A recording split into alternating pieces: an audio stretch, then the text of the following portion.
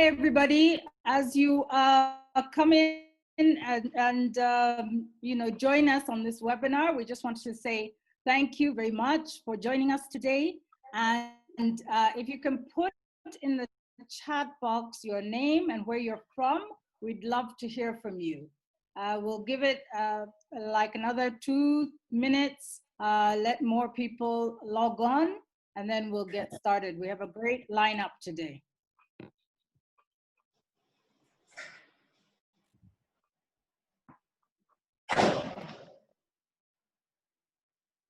So wonderful. We have now 23 people on the webinar so far. People are still coming in. Please put in the chat box your name and where you're from. We'd love to hear from each of you as you log in. Just climbing. So as you come on, maybe we can run the first poll. We have a poll as you join the webinar today that we'd like you to answer. Margaret, could you run the first poll? There you go. Please give us your name, where you're from, and answer the poll question. Do you think the information shared above about COVID so far is leading to behavior change? That's the opening question as you log in this morning.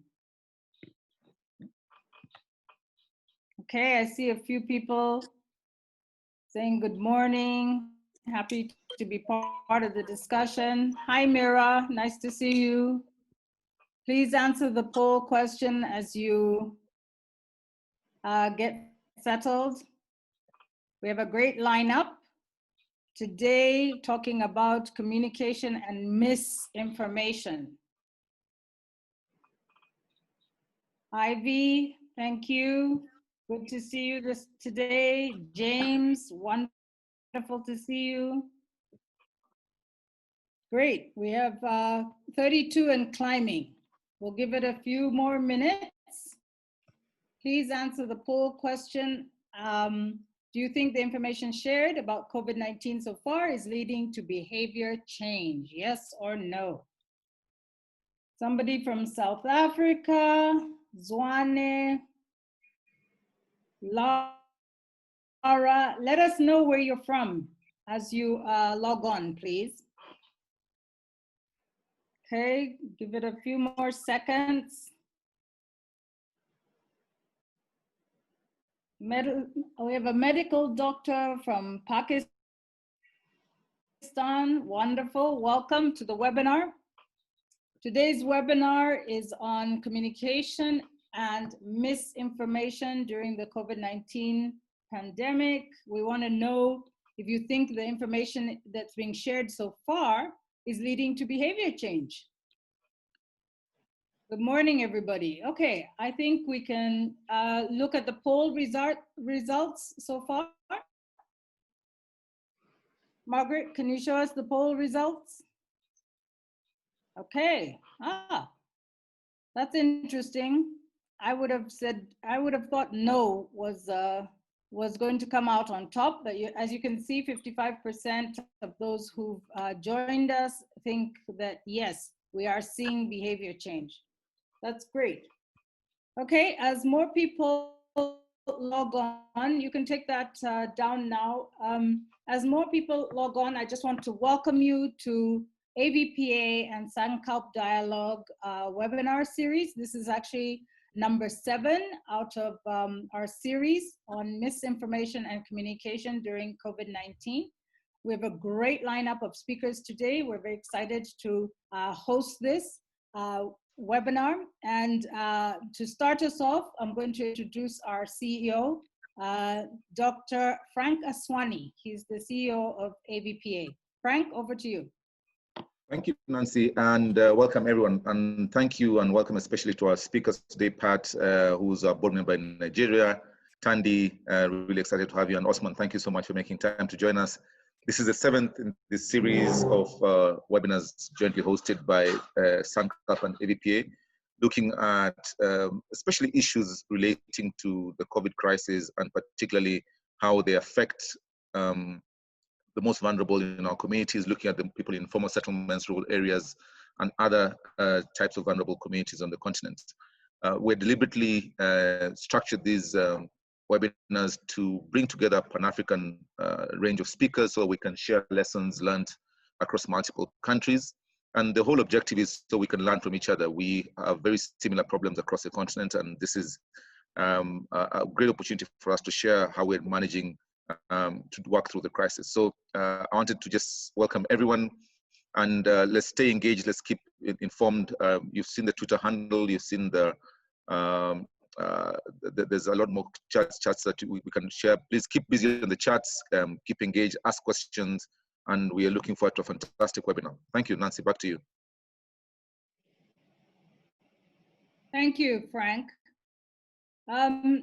So before we start, I just want to welcome everybody again, and please, as we move through the webinar today, through our speakers' presentations, use the chat box to make comments or send questions. We will have a Q&A at the end of the session today, and we'll also have a very short open mic segment, so that anybody who has comments or further questions can speak. In terms of timing, we usually keep this at exactly 1 hour, but if people are willing to go over by about 10-15 minutes, that's fine. All our speakers have said they can stick around. So great. Without further ado, I want to introduce our first speaker from South Africa, Thandi. Thandi works with mining communities and in areas where there's very little or no internet connection. So you can imagine the challenge that she has had in making sure that the message about COVID-19 is spread in those areas.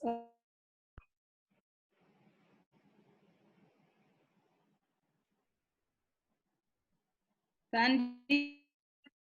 Hi, you want to turn off everyone. Turn on your mic? And you? I'm on. Can you hear me? Yes, we hear you. Go ahead. Okay. Hi, everyone, and thank you for joining. As per Nancy's introduction, I'm going to talk about the one particular mining community in Pilanesberg. So to give you context, the community that I'm talking about has approximately 160,000 people who are scattered around 9 villages. And unlike here in Johannesburg, where there's a township, this is in the literal sense a village. One of the things you mentioned, Nancy, is the lack of reception there, right? But my other challenge in communicating, especially with this particular group, is the different age groups. So we have a majority of the residents who are the elderly, like the minimum age is 75, and then the other group is very small kids, like as you can see that little boy on my slide, right? So the person that we would need to help communicate or bridge the gap between the grandma and the little boy is sitting in the seat, is working. So that was our first challenge. Then the second challenge was the reception area and the data cost. Because of their socioeconomic situation, data is a challenge. So anything that we do has to be practical. It has to be in written form or the radio. The good thing is that they do have a local radio station that we looked at partnering with, right? So when we were looking at when the pandemic became a reality, and I think like everybody else, we were inundated with information. We started seeing it coming from Wuhan, and then it was in Europe, and then all of a sudden it was on our doorstep. And in response to it, I remember like a few days when the president started talking to us about it, we as a team launched what we call the PPM COVID-19 relief program. And part of those programs was to help calm the panic. So we had a few stakeholders that we had to bear in mind. We also knew that from our personal experiences that we were receiving so much information and it was causing such a panic that whatever we were doing, we had to share the information, but we needed to also make sure that we were calming people. And we were calming people on information that we also didn't know. You know, I think the information, we were getting the information as and when it was coming. So there wasn't any real planning that, okay, we know what this thing is. Literally today we were told, okay, it's a virus, it spreads this way. And then we have to take that information and translate it to everyone else. Then the lockdown was called in and half of us, well, all of our staff, the mine was shut down and everyone went home, which caused a second layer of panic. Now people worried about losing their jobs. For us though, we saw that as an opportunity for us to disseminate information. So before the lockdown, we created a COVID-19 special edition newsletter. And this was for the employees so that people would know what this virus was, how it was impacting everyone, and what were possible ways to stop its spread. First thing, and another thing is that we printed this copy. Normally we give it to them electronically, but to make sure that it got into the communities, we printed it. And another thing that I forgot to mention is that the mine employs 80% of the community, of the, like our employees make up 80% of that community. So sharing that, oh, okay. Can you hear me? So sharing that information. Yeah, if you keep closer to the mic. Okay, Yes, cool, I'm coming close. Yeah, Yes, better. all right. So we spoke, we had to find trusted sources. So one of the things we spoke about was the misinformation. So there was a lot of people who were sharing information on what was happening, what this virus was.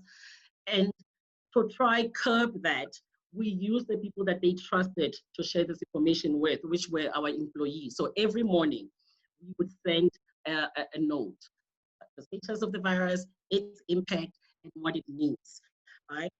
Then we started with our CEO, we started speaking to them more regularly. So on a Sunday, now the lockdown is a day, on a Sunday, we would send the message. You know, when you're getting ready, because everybody was on lockdown, on Sunday morning, you're getting ready, you're preparing yourself mentally to go back to work, and now you can't, right? So the Sunday evening, our CEO would send them a message to say, you are anxious, you still have your job, don't worry. And when you are feeling anxious, these are a few things that you need to do to calm down.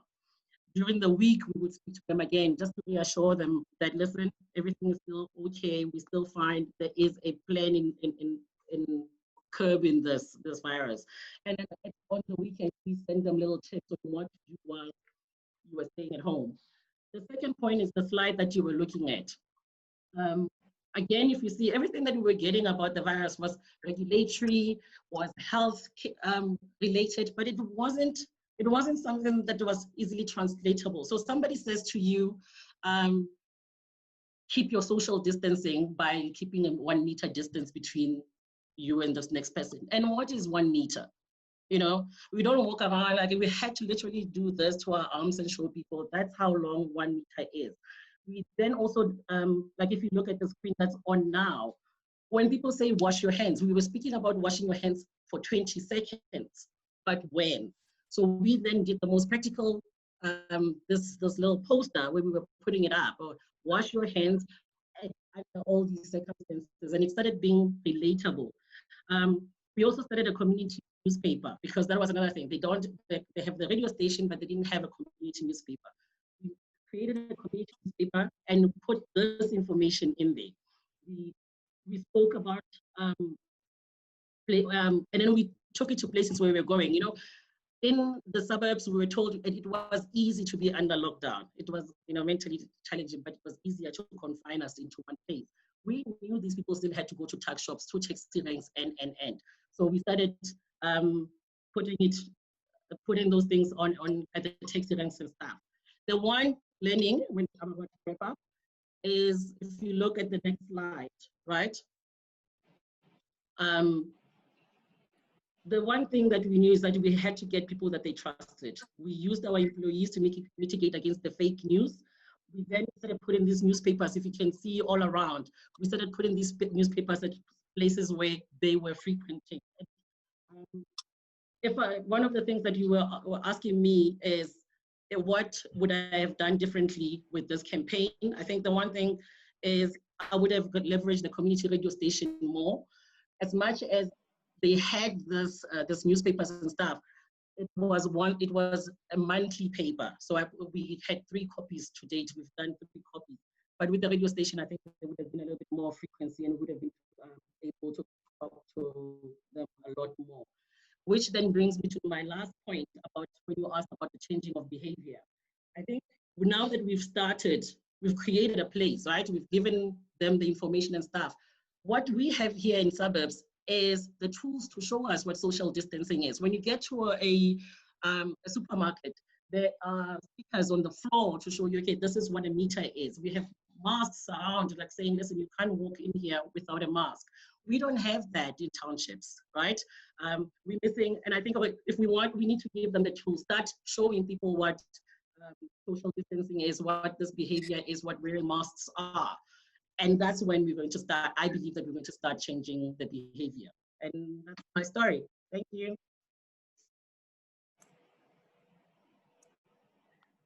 Thank you. Thank you very much, Thande. That was really great information. In particular, I liked that slide where I think it was the second slide where it showed when exactly do you wash your hands? Actually, I don't think I've seen that kind of communication in Kenya, and I think it's so important because people don't realize that, you know, after you touch a surface or a door handle, yeah, that slide. I think that's brilliant. So we'll move on to the next speaker, Osman. Osman works for an organization called AVPA and has been doing a lot of work around providing the accurate information through cell phones about COVID-19. So over to you, Osman. Thank you, Nancy. Can you just check if you can hear me quickly? It seems like you can. Yep, we can hear. Perfect. So we can hear thank you and see you. Great. Fantastic.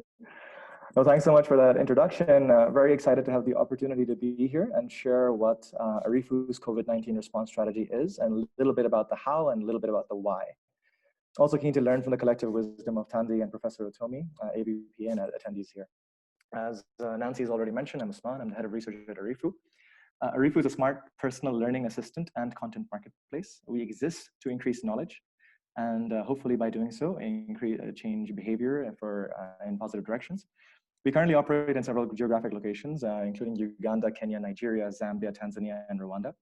To date, we have over 1.2 million learners, and they're growing month by month. The learners comprise of farmers, youth, merchants, urban, rural households. As such, we're sector and geography agnostic. So while Thande spoke to a very specific population, we'll be speaking a little bit broader. And the focus right now for us is to create and deploy relevant, credible, accessible content to inform decision-making day to day. So what I'll speak a bit about today is about the what and a bit about the how of AVPA's COVID programs. And I would love any questions that arise from this presentation to unpack the why further. The tougher the questions, the better. Next slide, please. AVPA operates through partnerships. These partnerships exist across the public and private sector and really drive AVPA's impact and articulate our value proposition. So beyond aligning on joint objectives with partners, we start the design process of any information strategy or an information dissemination strategy by learning what the problem is for end users, by, surprise, speaking to them. So what do we try to answer by speaking to end users? Next slide, please. So what we try to answer by speaking to end users is to inform sort of these broad 4 pillars that define our content design and deployment process. So while a lot needs to be unpacked within these 4 pillars, I'll largely focus on credibility because, as also Thande mentioned, the misinformation is rife and it exists in many different ways. It exists in not being comprehensible, and it exists in being fake. It exists in the fact that information has changed over time, and so that creates its own anxieties. Happy to also share more about the evidence base that drive these principles. That is both global as well as our own, and that can be shared if that's sought. So, what drives our credibility? I mean, at least from what we've seen through the research that we've conducted, there's quite a few dimensions to this. So one is that we try to always emphasize or present ourselves as a third-party information service, because that's what we are. And we're not a marketing effort. We use storytelling through a chatbot that has a name. It's called Arifu. We partner to amplify efforts of organizations that already have tight-knit relationships with end users. That also bridges that trust issue that might arise from a random text message that arises, or SMS or whatever it might be, or sorry, a WhatsApp message or whatever. So the content has to be reliable as well. So when we do this, what we're conveying needs to be reliable, and reliability is a tough concept to unpack, because it's not just about being correct, it's about being applicable. So happy to further unpack this in the Q&A as well. But these are sort of the broad design principles we apply in our approach. Next slide, please. So under COVID-19, we pretty early on realized that it was never going to be just a health information issue. We saw that many countries were locking down, others were adapting in different ways without locking down. Certainly we saw examples early on from China and South Korea as a sort of guiding information pieces for us to inform our strategy. And so, when we think about what we want to do in terms of a response, we need to figure out what we want to convey and what is really happening for end users or end learners or citizens of particular countries.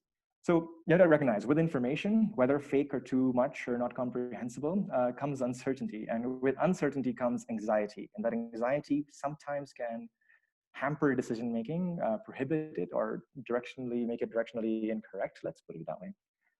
And so, many things arose from our conversations with end users from our platform, many things around business concerns, certainly about health information needs, anxieties around how people were seeing each other as part of a community, whatever community they might be in. A significant portion of our insights were derived from informal settlements, but not exclusively. And so what we had to figure out is, like, what were the most urgent questions that needed answered? And something that really popped up were certainly on business challenges. Like, we didn't think about this first, but we realized from these conversations that just by having a curfew at 7 p.m., shops that depended on post-work traffic immediately saw a loss in demand, for example, right? And that's a pretty big thing to keep in mind when you're talking about any kind of population that is operating an SME, for example. So understanding that is important. And so solutions then have to cater to those problems. This informed our broad strategy. So that's articulated in the next slide. So the way we applied this information is sort of in a two-pronged way. One was our COVID-19, what we've called the starter pack. It's free to license and it's free to use for organizations. But the way this particular starter pack operates is that it focuses heavily on the most urgent questions that seem to be arising among populations. And it speaks to the dimensions of health information, including do-it-yourselves around how to make a mask, how to make sanitizer, information on livelihoods, different practices businesses, particularly SMEs, can adopt to that were informed by our partners who were working directly with these SMEs in informal settlements and otherwise. Financial planning, digital finance in particular, how that can be used certainly in minimizing exposure to different materials, especially cash. And of course, like we talked about community building content, like what do you do now that you're maybe stuck at home or prohibited from being outside at a certain point in time, given that in itself causes its own stresses and anxieties and certainly other issues that are pretty obvious to most here. So the second prong was about specific. So there are concerns that arise, say, for pregnant women that are not specifically spoken about in the general social distancing and wash your hands sort of messaging strategy, right? So what are the concerns that pregnant women have? Now, so one of the conversations we started having was with an organization that focuses exclusively on reproductive health and seeing the questions they're getting. So that's important to sort of emphasize here, that the specific also needs to be done to contextualize to the questions that people have. Next slide, please. So this is just a snapshot of what it looks like in the end. And this is not all the content, nor is this the full content stream for this particular health information package, but it speaks to how the content flows, certain design principles that were in action, both for text versions as well as rich media.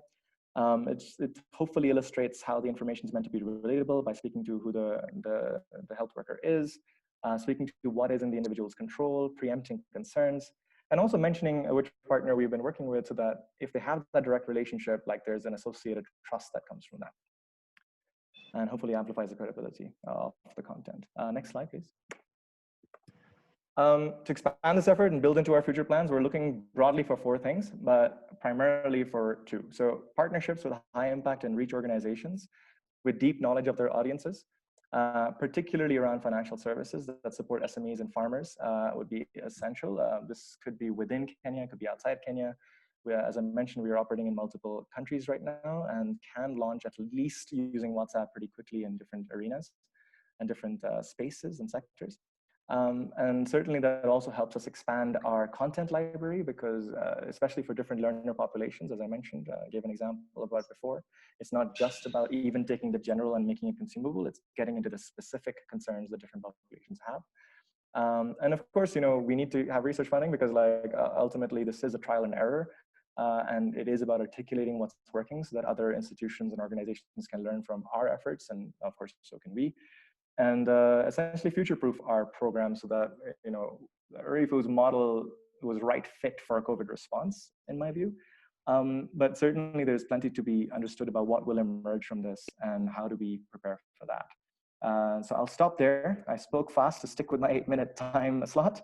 Hopefully Nancy's proud of me, and I'll leave it over there. Thank you so much.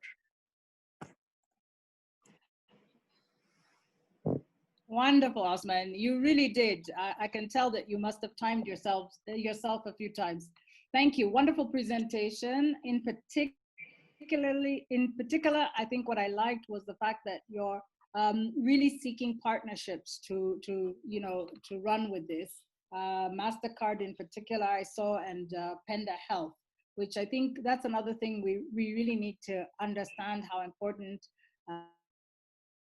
is to collaborate around this whole issue of communication and misinformation. Some interesting questions coming in. We'll save them for the end for Osman and Thande. I think now we go on to the next. Margaret, if you can show us the next poll. Before we move on to Pat, could you put up the next poll, please? Great.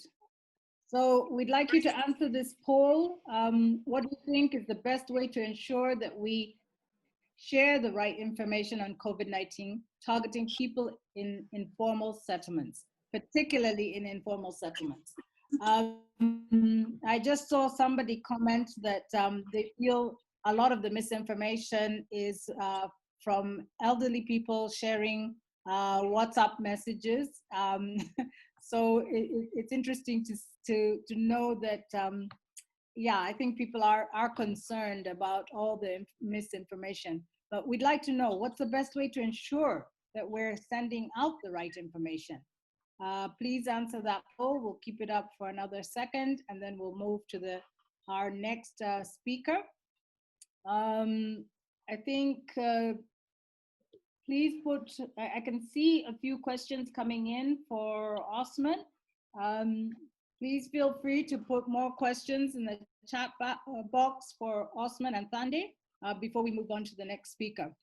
Great. Margaret, can we see the results for this poll? Let's see what people are thinking and saying. Okay. Only allow fact-checked information on COVID-19 to be made available to the public. That's 44%, and then at 37%, allow volunteers, community-based organizations to disseminate information along with sanitizers and masks. Great points. Yep, I think that's really great information. Nobody picked governments to to disseminate, only governments to disseminate COVID-19 information. That's interesting. All right, thank you, Margaret. You can put down the poll now. I'd like to now introduce our next speaker, who is Professor Patrick Utomi from Nigeria. As Frank had mentioned at the beginning, Professor Utomi sits on the Nigeria board for AVPA, and he is a professor of economics at the Lagos School of Business. Over to you, Pat. Thank you. Well, thank you so very much. It's a great pleasure to be able to join here. I'd like to go very quickly to the heart of the matter, and it's got to do with trust and communication and how you are effective in communicating. As soon as the pandemic broke, or we became sensitive to it in these parts, one of the early things to happen is that people jump on the bandwagon. In Nigeria, we have a very activist central bank, which quickly tried to put together some private sector players. And I was struck the first day that this coalition got together, and comments I heard from people around that we were about to miss the most important point in communication, which is the transfer of meaning from a certain person or group of persons to the other effectively. Because many times when there is an effort to transfer meaning, people assume or take it for granted that meaning is exactly as intended. Most times, actually, it doesn't quite that way, because there is what was the noise that immediately felt was coming up here. The first noise was noise coming from credibility. Credibility in the sense that most of us in Africa live in a fairly low trust environment, low trust for government. I mean, if you look at one end at high trust for government, say Denmark, many African countries, Nigeria certainly has a very, very, very low trust kind of environment. And so once these top big private sector players, indigenous private sector players, clustered around government agencies, the general perception was, aha, the rent seekers and government are conniving again to take advantage of the people. And I thought the best thing to do was to build a more credible path. And we tried to therefore move to building a civil society coalition with some private sector. So CVL working with AVPA, American Business Council and others tried to put this coalition very quickly together. So if we have this coalition that is about to at least provide an alternative, how best were we to go forward? And please, next slide, with communicating to various segments of the population. Well, I thought that we had to, in manner of speaking, segment the population and who we're trying to reach. What struck me immediately was the ultra poor. How do you build credibility with the ultra poor? Many years ago, I spent a couple of weeks with an NGO in Bangladesh.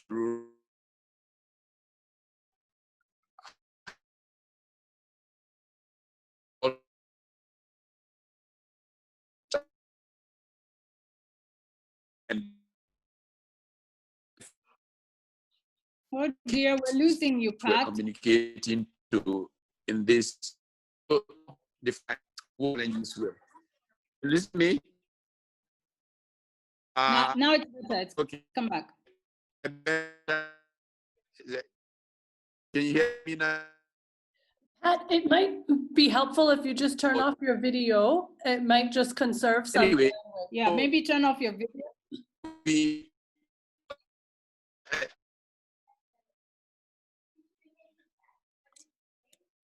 Okay, try again. Yeah.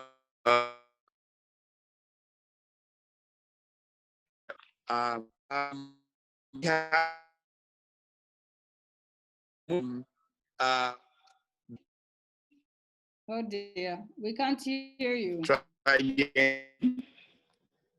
It's cutting.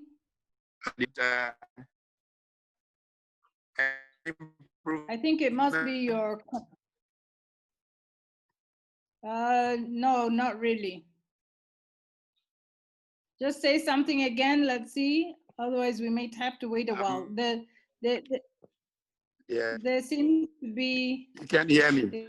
This is It really seems sad. like maybe the connection, your internet connection. There. Now you're back.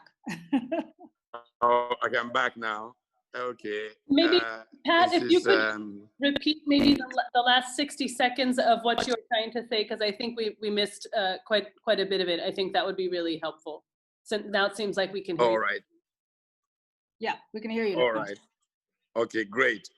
I said that we began to try to look at the various segments of the population and what were their key motivations, and therefore how to build trust and be effectively communicating to these segments of the population. And I recall that I had experience spending a couple of weeks at BRAC in Bangladesh about 10 or more years ago when I got interested in what they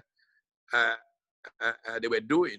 And I found that they had to study very closely the ultra poor and therefore how best to support them. You didn't do what you did with the ultra poor for the middle, the not so poor, and so on and so forth. So we try to apply those kinds of ideas in segmenting the population and looking for people who were more credible with each population group and what challenged each group more. We found that with the ultra poor, they were so hungry that it was important to provide them some means of sustenance to get them to even listen. Now, government and the big coalition had tried to do that, but had generated, in many cases, the opposite. People complained that the so-called palliatives, as we call them in Nigeria, were going to party people, going to people who government officials were abusing this. And so we tried to work a system that allowed us to generate quite a bit of resource in terms of food that we would distribute to the ultra poor. But as we do it, it's not just come and take food, and we give them significantly more quantity than they were getting from the government agencies and the bigger coalitions. Then we spoke to them about how to behave in these times. Then amongst the package we gave them were masks, were sanitizers, were soap. So it was easy to connect to that population group. And we tried to then use skits, animated presentations to communicate through social media to young people, to women. We had a large poor widow group that we tried to reach also. I mean, to understand the approach that we took is to understand the Center for Values in Leadership, which was leading this coalition. I started this center in 2004. I'd had a career that took me to industry. I was CEO of a major multinational company. Then I had served in government at a presidential advisory level. Then I returned to academia. And it was clear to me that the biggest challenge we had was leadership. How do you build leaders who can have empathy and connect to solve society's problems? That's how CVL was founded. So we thought that we should provide some leadership in this segmentation of the market and using people that were credible with the various population groups to communicate to them. I thought that we were making quite a bit of progress. We also tried to find out how best practice. For example, when we saw that Taiwan did a great job of containing COVID-19, I set up a meeting with the ambassador of Taiwan, the trade ambassador of Taiwan in Nigeria. We met with him, spent time talking about what happened in Taiwan, what we could learn from them. And we tried to design communication to encourage all of this. So what's the point what's been learned from this effort, and what we do to be more effective? The major lesson I think that we have learned, 1 minute. if you just move to the next slide, is that, sure, okay. I'm even more sensitive now to the post-COVID era. Experience shows that there is a kind of post-trauma syndrome that goes with this kind of experience. How do we communicate to people to better adjust for a time after the pandemic? Give a quick example in closing. There is a lot of literature on what happened during the Spanish influenza 1919. A city like San Francisco is a good example where people were resistant to communication on behavior. And then the second wave came and a lot of people died in San Francisco. For 3 years after the end of the pandemic, people were unwilling to go to public gatherings and all of that. That is going to be the biggest challenge we will face. How do we prepare people not to suffer post-trauma syndrome from going through the pandemic? And this is the kind of communication that we are designing now and trying to put out. I think I'll stop there.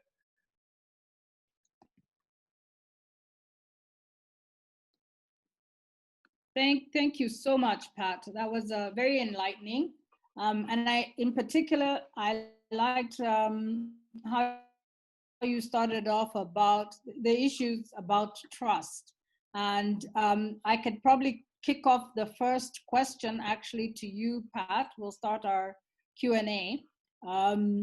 Is basically, who do the ultra poor trust the most? What have you found out about, about that in particular? Who do we go through to address issues when it comes to the ultra poor? While Pat is answering that question, could people please put their questions for Thandi, Osman, and Pat in the chat box, and we will move to question and answer now. Pat? Yeah. What we found is that in many communities, the ultra poor are usually very welcoming of members of the community who have done well, who come back to support them in different ways. They become community leaders. So to reach that group, engaging those community leaders, not just out of your title, but community leaders who regularly ask after them, do things in the community for them. They're very, very trusting of those kinds of people. Then, of course, there are traditional elders and community leaders. But NGOs that also come in there and have real impact are powerful. And this is why I think it is important for NGOs to seek synergy, look at people who work in different communities. One of the things we tried to do was to get the Ford Foundation, which was part of our coalition, to give us names of the NGOs that have operated in those communities in the past, because they have built up some credibility. And working through them, you can be a lot more effective, I think. So, yeah, so basically people who have lived in the community, who have worked with different communities, basically your neighbors, people you trust are the people you've seen the most. I'm sure also churches, religious leaders, those are also very important channels to use. Nancy, I have a question for Thandi, okay. And yes, go ahead. Mm-hmm. Go ahead. Yeah, I was just going to say, if I may just add, we try to create, what we called, neighbors caring for neighbors. In geographies, we try to identify upscale communities. You can go into an area, you have upscale community, you have an industrial estate, and then you have very poor people living in some transition community. Yes. We call them human solidarity networks. Neighbors caring together, and the more favored will work up programs that address the challenges of the poorest of the poor. Effectiveness, I think, sometimes, and we want to see if we can develop those into standing organizations of neighbors caring for neighbors, human solidarity networks in geographies. I think this is a major learning from this, and to go out of this pandemic with these as standing bodies. Yeah, wonderful idea. Great. Let's move on. And in fact, one thing that I'd like to remind everybody is that we are open to staying on for another 10, 15 minutes past the hour. If our speakers have all agreed that if you have more questions or comments, we can stay on a little bit longer for today's webinar. I'd also like all those who are on the webinar to start putting in the chat box their questions for our speakers and topics that they'd like to hear about for our next series of webinars. Topics and speakers that you'd like to hear from, we'd love your ideas. So the next question is for Thandi. Somebody wants to know were you not worried that COVID-19 would be transmitted via the newspaper copies that you were handing out? In fact, that's always been my question. I still order newspapers in my household, and I always wonder, should I continue to order them? And the other question was, were the messages in the local language or in English? Over to you, Thandi. Thanks, Nancy. You know, when we started, and I think like Professor Toby was saying, this has been as you go. You know, we've been learning as we go. The first thing when we were distributing those newspapers, it was to get information to the people. We were more concerned about actually the fact that we were breaking the law, because remember, everybody was supposed to be under lockdown. So us going around and handing out these newspapers, we were contravening the lockdown rules. So that was our biggest problem. I actually, now I haven't even, before this question, I'd not even thought about it. It wasn't even an issue for us, right? So no, we were not concerned about that. And now that we know better, I think we'll find other ways of distributing this copy. Okay. Sorry, what was the second question? Are we even the language. sure whether, yeah, the language. The language, okay. So I think I didn't get a chance to mention it. And I was saying one of my regrets was that the copy wasn't translated in the local language. We should have done that. This in response also to the older communities. Remember I showed you that there was quite a large older community of grandmas and grandpas, and I wasn't sure if they understood what was in there, right? And even the small kids, like that little boy, that cute little boy holding the paper, I'm not sure if they understood the information that was in there, you know? So I think the next round, in taking all lessons now, in the next round, we're going to try 2 copies, one in the local language and one in continuated English. Great, thank you. My next question is for Osman. Somebody wants to know, how do you measure reach and behavior change through our AVPA? Well, thanks for that question. Yeah, it's a really good one. I'll try to be concise here because there's many different ways we do that. So reach is the easy one. I mean, that's the vanity statistic any organization has, or this is the number of people who've ever touched our service, right? But what we do care about is, does that reach translate into something meaningful for end users? So broadly, our theory of change is predicated on a couple of things. One is that this information that is being dispatched, in the design process, it needs to be thinking about answering these questions. This is what I spoke to in the presentation as well. That does it answer questions that people already have? So there's a component of understanding the need and demand here. So what is the need and what is the demand, and how do we bridge those two things? But beyond that, I mean, there's multiple methodologies we employ. I mean, we certainly, on an ongoing basis, we have rapid A/B tests. There's a battery of them we're designing right now. There's about 1,000 variations we're looking at across different projects to measure different levels of engagement. So that's just a thin measure of behavior change. Are people looking at the content? Within that content, we have a bunch of quizzes that measure different levels of learning. Of course, it's an approximation of that. Each quiz question has different levels of complexity with it, which has different weights, which calculates something called a knowledge or skill score, as we call it. We've also seen that knowledge and skill score is actually, in a preliminary study, quite predictive of things like income, things like some aspects of behavior change. It's quite interesting for us to explore further. Beyond that, certainly we employ different methodologies from the econometrics, epidemiological, and also deep clinical science to try to understand what's really going on in terms of behavior change, right? So that involves everything from randomized control trials, difference in difference models, regression discontinuity designs, multivariate regressions. I could really go on.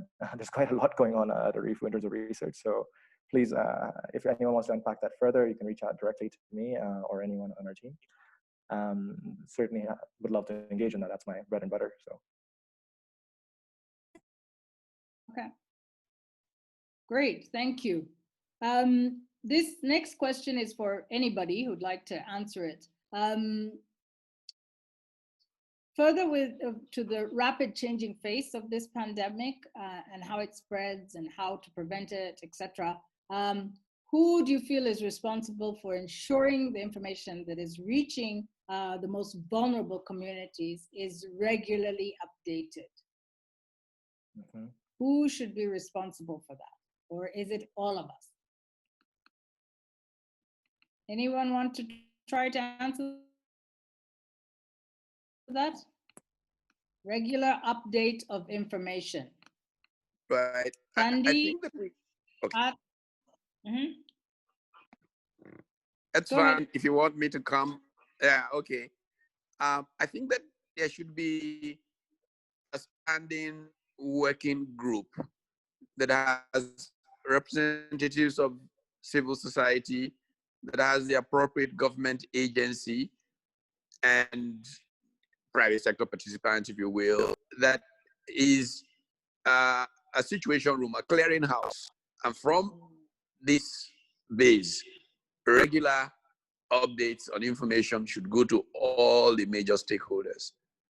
I think it should be a standing committee because the roles that different stakeholders, different kinds of people have to play are all so important. But having the necessary government agency collaborating with key civil society organizations in that area to have this base, I think will help. Yeah, I want to jump in there also agree. if I can. Go Sorry, ahead. I'm just going to jump in. Yeah, no, I completely agree with what Professor Tommy is saying. I also think, I mean, because the nature of the problems individuals or households face, and this is important to keep in mind, sometimes very hard to observe by any central body, right? So that dynamism in response is really important. And we've seen this in past crises, whether they're health-related or they're, say, in other forms, conflict or political or whatever. So the role of local bodies, whether they're religious or the local administrative head or someone who's just respected, in communicating what needs to happen given something that they've observed is essential. So, and then obviously communicating back what's happening to central bodies as well. So I think that back and forth is really important. We need to recognize the most vulnerable populations is a really big and diverse and nuanced set of people. Not just in any one country, but across countries. So certainly keep that in mind. I also wanted to address one other thing that is implicit to this conversation.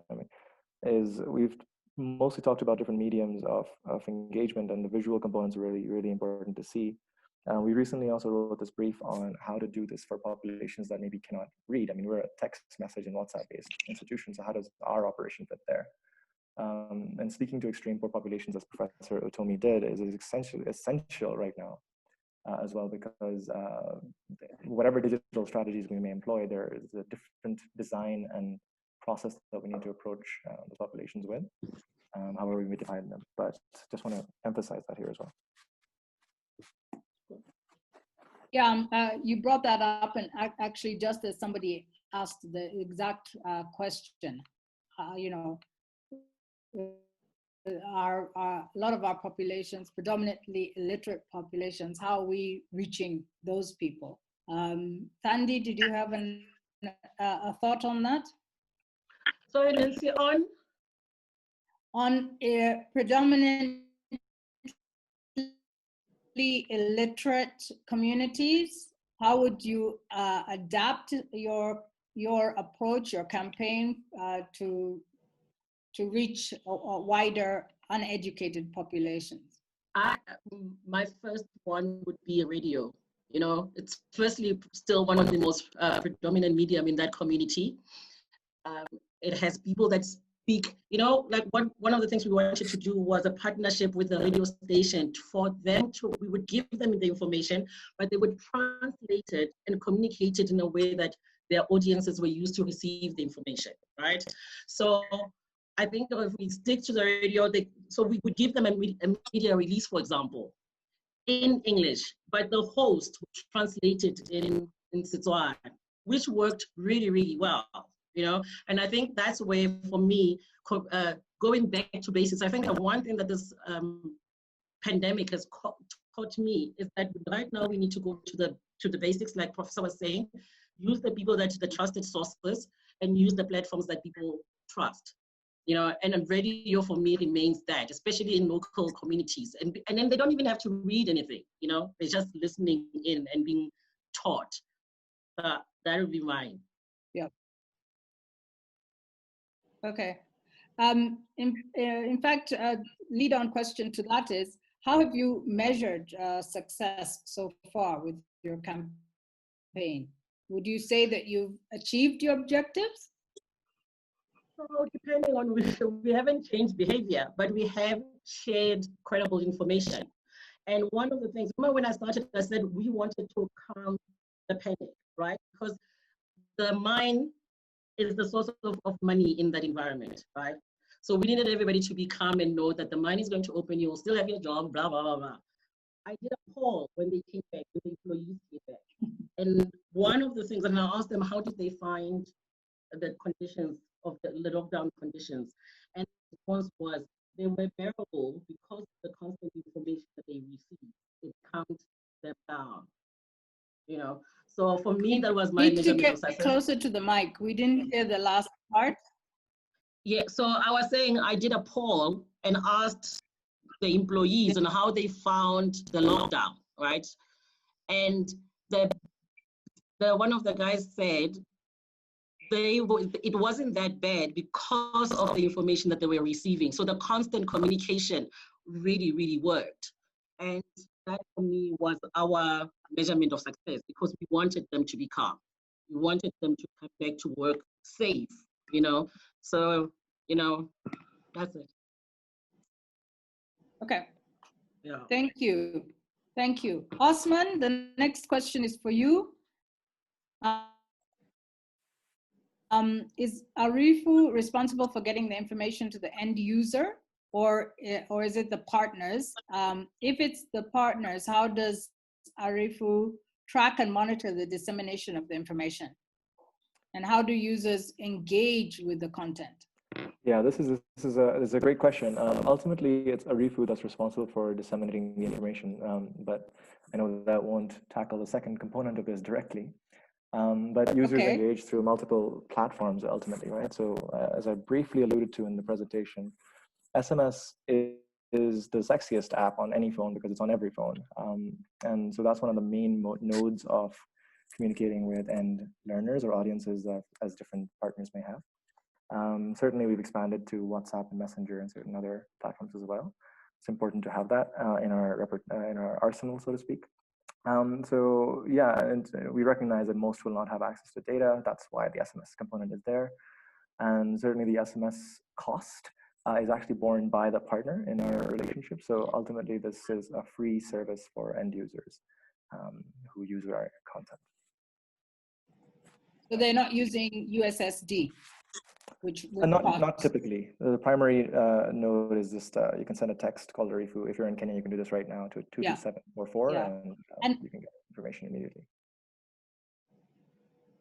And in your presentation, you said, you know, a lot of the information is going straight to SMEs. What has the response been from SMEs? What are they telling you? Is the information helpful? Has it help them in any way to? Yeah, it's hard to say right now. We have good engagement levels with the content so far. So we're hopeful that, and let's say as far as I can observe, it's higher than the average engagement of the usual content. So there's definitely demand. That is what I can say for sure right now. We are yet to conduct like follow-up measurement of whether this is being used or applied well, or if it's actually helping them. We've also complemented this COVID response strategy, which I didn't speak to right now, but there is a need. I think the Central Bank of Kenya also put out the fact that there's like 75% of SMEs see themselves as being at risk of shutting down by the end of June, right? Yeah. So there is a massive need for a response there. Obviously the situation might have evolved since then, but keeping in mind that we're also trying to figure out how to pair good information and knowledge improvements with, say, cash relief programs, something that we're still stress testing with our partners at MasterCard and others. So that's also happening. So there's multiple strategies here. So it's not just information, it's information paired with programs, paired with response, so that people have the most resource / support and information that will help them make better decisions. So that's what I would say to that, even though I wish I had a better response to how people are adapting the information right now. No, it's understandable. It's early days, and sometimes you don't really see a lot of behavior change, or you can't track results until maybe in another few months out. So thank you for that. Professor Utomi, next question is for you. What was the initial response of the population in your area to safety measures in regards to the prevention of COVID-19 spread? How did these steps ensure the safety measures were being strictly followed by large populations? How did the messaging help? Right. First, I think that the general orientation of many people was skepticism about the whole COVID-19 thing. They were like, oh, this is not for Africans. All those kinds of things kept going on.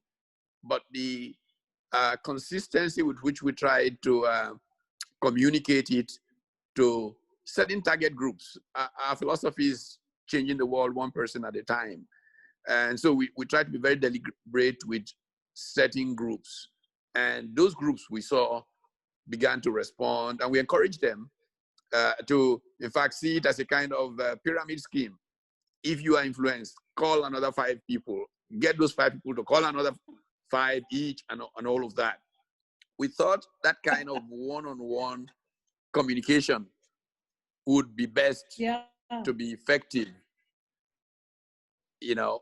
So, but we met a lot of people who were very skeptical in the beginning.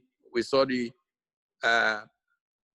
conversion come along, but we hope that we, in the next week or 2, begin to get a chance to measure more directly the kinds of people who have come to some of the programs that we have tried to set up in this regard. Great. I love the way you compared it to a pyramid scheme. Positive. I didn't want to say Ponzi. Scheme. I didn't want to say Ponzi scheme.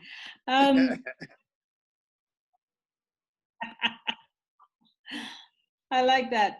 Another question for you, Professor, is your thought about post-COVID initiatives.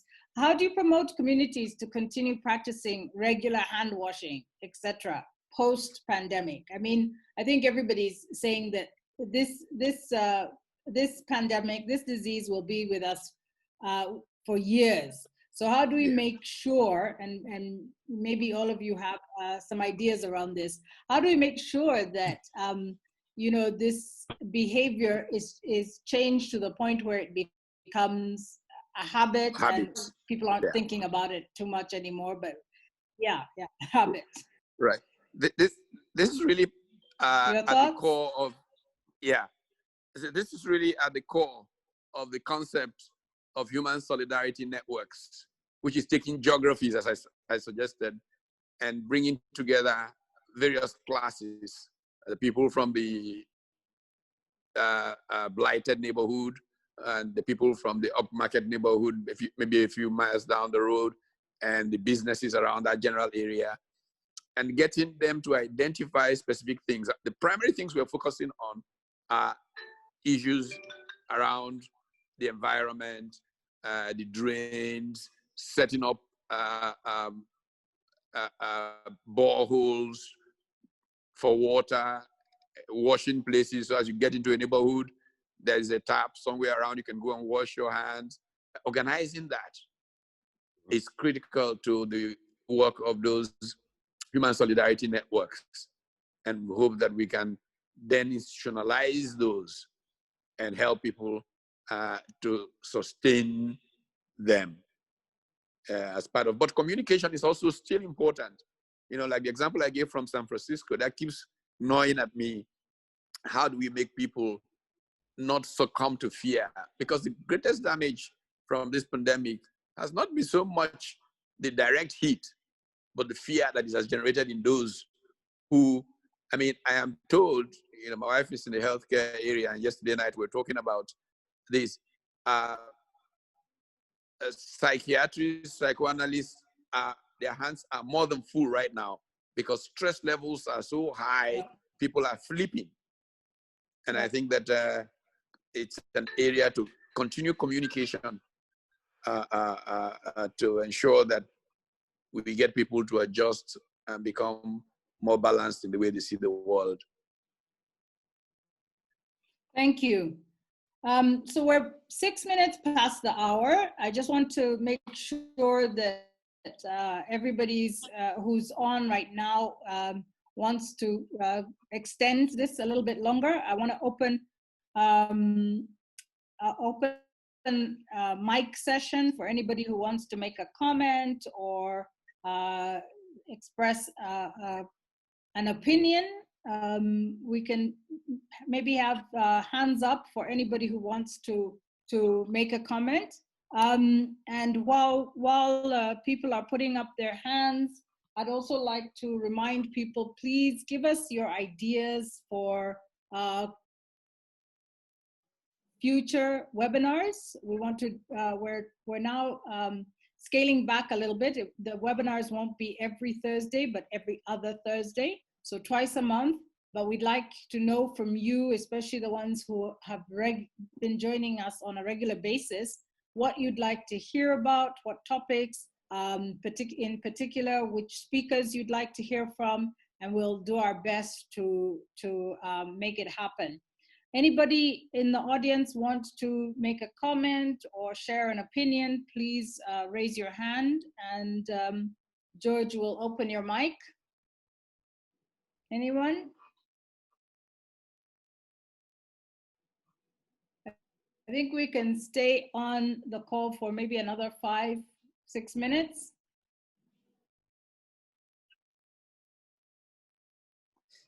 Okay, while we wait to see if anybody else has anything to say, there's another question here. This is again open to anyone, any of the speakers. How are we ensuring that information is persuasive? Even with correct information being disseminated, there's still rampant disregard of the advice to wear masks and keep social distancing among vulnerable communities. I know I see that every day, and I don't even think it's only among vulnerable communities. You go into a store to do your shopping, and people are just not, they're not wearing their masks properly, they're not keeping social distancing. How do we make information more persuasive? Nancy, maybe as the speakers ponder over that question and response, we have Sanjay in the audience who has a comment, or I think has something to say. Oh, go ahead, Sanjay. Great. Hello, everybody. Nancy, and a great session that you're holding. I'm very happy that this discussion has reached this level over there in Africa. Even though your numbers are not too very large globally. Welcome. I call you from India. I am from Hyderabad. In fact, I have asked some of my teams in Africa through the Engineers Without Borders to also link up with this initiative as IntelliCap has been working with me over the last 10 years in rural communities as well as skill development in a big way. I'm very happy to see that you guys are discussing and having this regular meeting. I just wanted to share one input at this stage. I think because Africa at the moment is in its very early stages of understanding the impact of the coronavirus at the community level. So the ability and the capability that you develop across the nations in managing information as well as tracking information is extremely critical and has to get enabled at a government level. Now, is there any sort of an effort that is already underway which can show you the current status across the continent or across maybe the most important largely populated countries of Africa where there is some tracking of coronavirus and its impact? Because there is a lot of learning that has happened in India over the last few lockdowns and the wasteful activities that have been done by this government, which should not go waste and should be understood properly by the African government before they blindly go and repeating the same mistakes. And that is the reason I thought I would comment over here and inquire from all the learned speakers over here as to what is the current status of understanding of coronavirus as a so-called pandemic amongst the population, and what are they really looking at from the point of view of solutions in the form of the right information reaching them and the activities that they could actually individually initiate at the youth level, at the people level, at the community level. Was I audible? I hope my question was heard. Yes, yes, you were. You were. Yes, Fantastic. Thank you very much. Who would like to attempt to answer? It is more of a comment. There are no questions. answers. In fact, the answers will be with most of you. Maybe all of you are having some input depending on which country is having the latest summary over there in Africa. Yes. Well, I think as one of our speakers said, initially a lot of people were saying, "Oh, this is not a disease for Africa," and then as it became a little bit more of a reality, because we're not seeing the huge kind of fatalities that Europe and America have experienced, then people started spreading rumors and saying, "Oh, it's because of the weather here. We're not going to get that sick."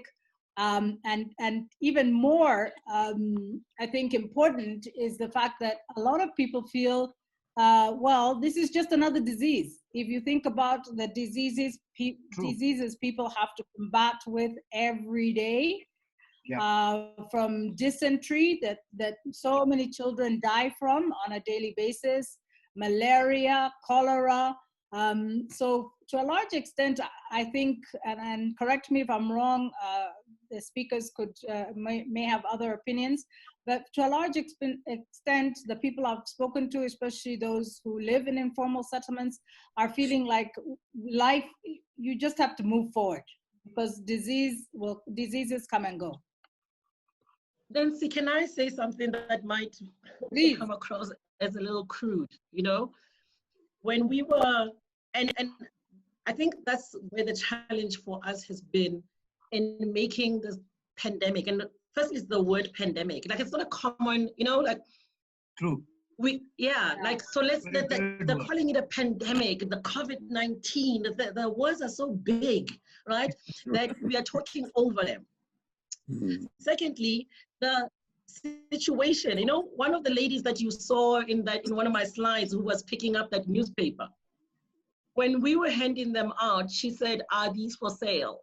And we said, "No, they're free." And she said, "Oh, because thank goodness, because I need toilet paper." So I said, now, you get what I'm saying? The level of the things that those people are worried about are not, and I get it, it's a pandemic, it's killing people and stuff like that. But in their context, in their environment right now, this pandemic is one of many things that they're dealing with. And when we start talking about changing behavior, we have to communicate it with that in context.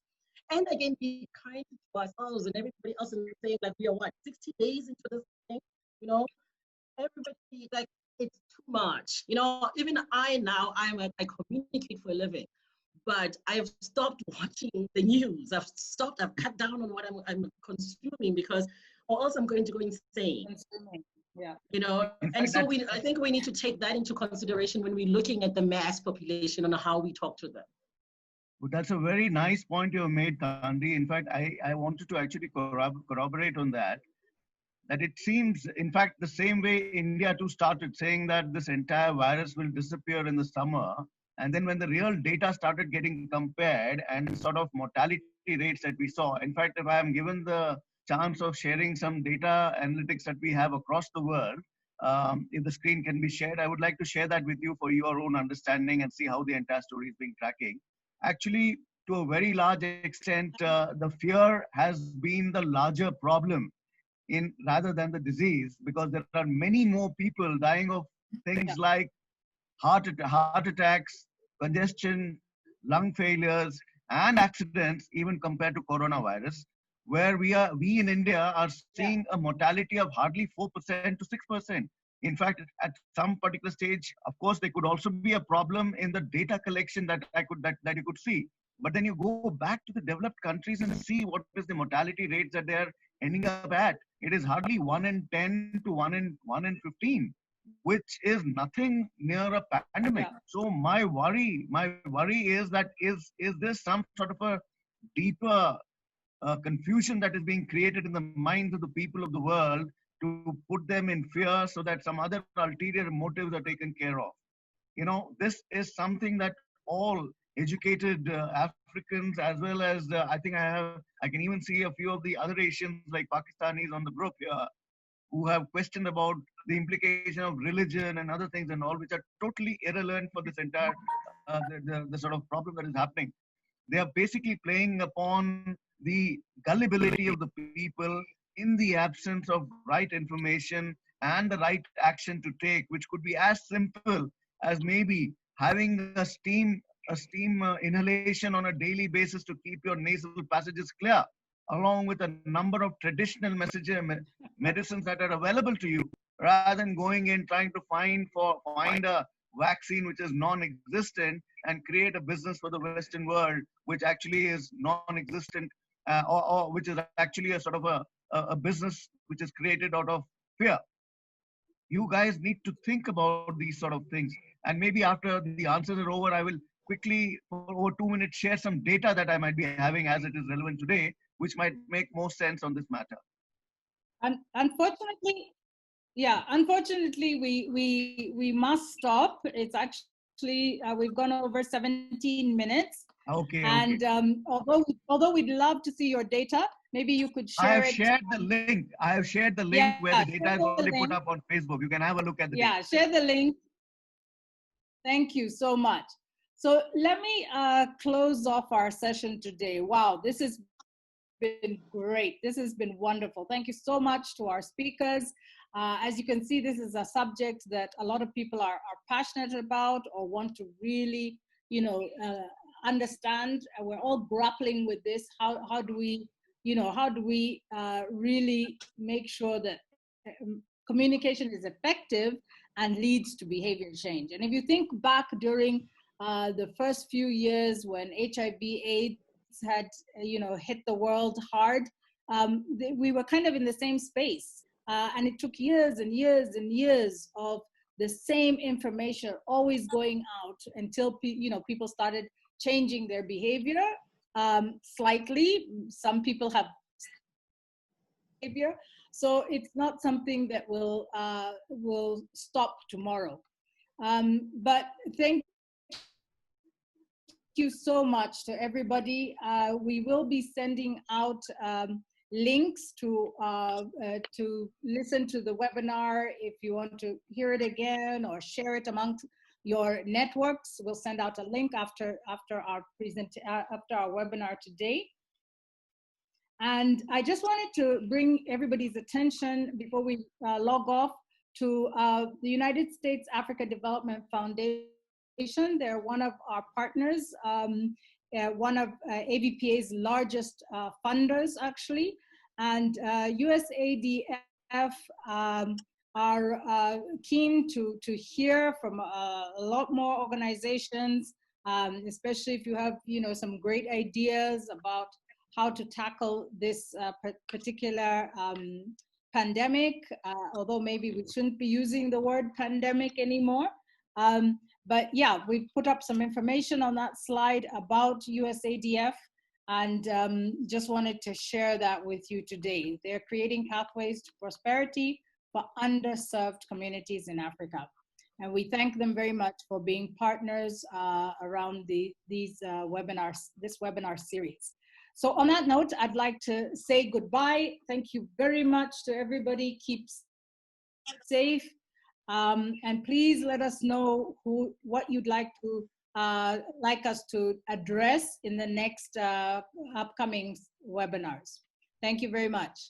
Bye to everybody. Keep safe.